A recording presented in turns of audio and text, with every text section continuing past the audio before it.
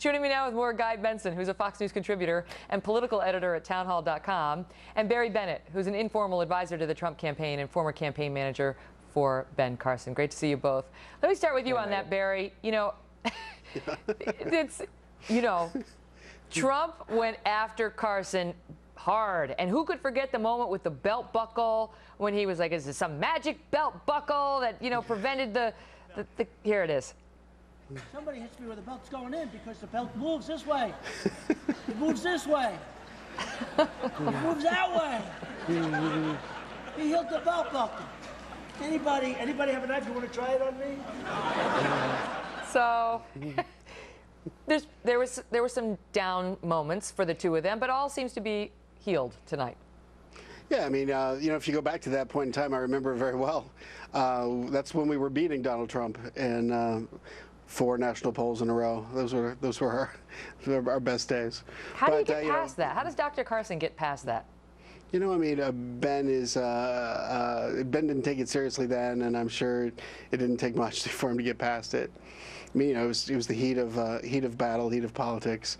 Ben had kind of started it with questioning Donald Trump's faith, and it just spun up out of control. But Ben wasn't even mad at the time. What do you he make was of mad it? About Iowa. What do you make of it, Guy? Because because he was mad at Cruz, and according to reports, is still unhappy with that. Guy, what do you make of it? Because on Carson's Facebook page today, there were all sorts of messages from his fans saying that they were heartbroken, that he really disappointed them because they did not see him aligning with Trump. Yeah, a lot of sense of betrayal on that Facebook page from commenters and former Carson supporters. And Megan, I mean, this cycle is just wild. Mm-hmm. If you're a Carson supporter who's upset about this, you have good reasons to be. You remember over the course of that really intense battle in Iowa, where briefly Donald Trump thought he might lose to Ben Carson, had to take him down by any means necessary. What did he do? He diminished Ben Carson's medical prowess, of all things. He cast aspersions on Carson's faith, which was sort of a tit-for-tat thing.